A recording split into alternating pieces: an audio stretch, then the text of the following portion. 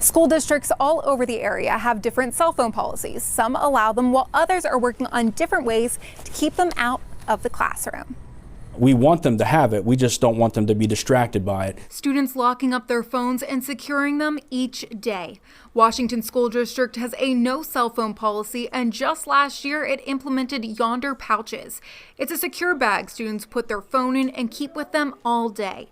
Washington High School Principal Matthew Moles understands why parents want their children to have their phones on them, but the district is trying to eliminate the distraction. I think it not only eliminates the distractions, which increases student engagement, but it's also been diminished in bullying reports.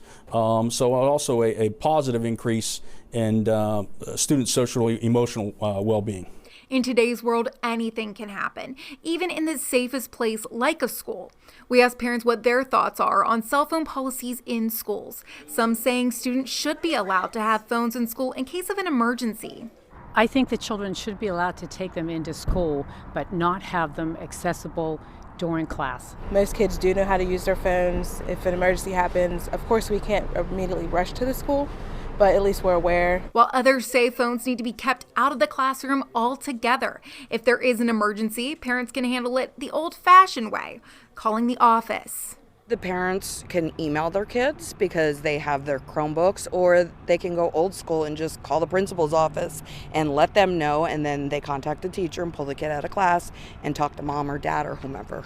Safety was a top priority for Washington School District when trying to think of ways to eliminate the distraction. In the event of a real emergency, these things aren't like a metal vault. They certainly can be manipulated through some means or scissors or whatnot to make your way in a true emergency. Pittsburgh's Action News 4 also went to an expert to find out which policy may work best. Michelle Gay lost her daughter Josephine in the Sandy Hook tragedy.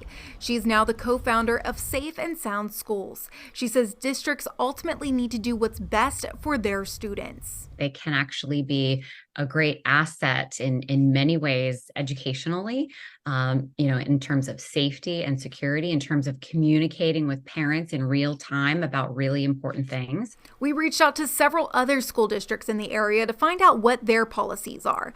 Bell Vernon Area School District allows students to use electronics for educational purposes while a teacher supervises, as well as during specific times throughout the day, like lunch or in study hall. Greensburg-Salem Middle and High School administrative regulations require students to keep devices in supervised locations away from themselves during learning times. When it comes to policies like Washington School Districts, Michelle Gay says it's all about balance. The pouches in some ways can really reinforce that sort of additional boundary. We want to make sure that we've got that balance of accessibility and kind of establishing a little bit of discipline.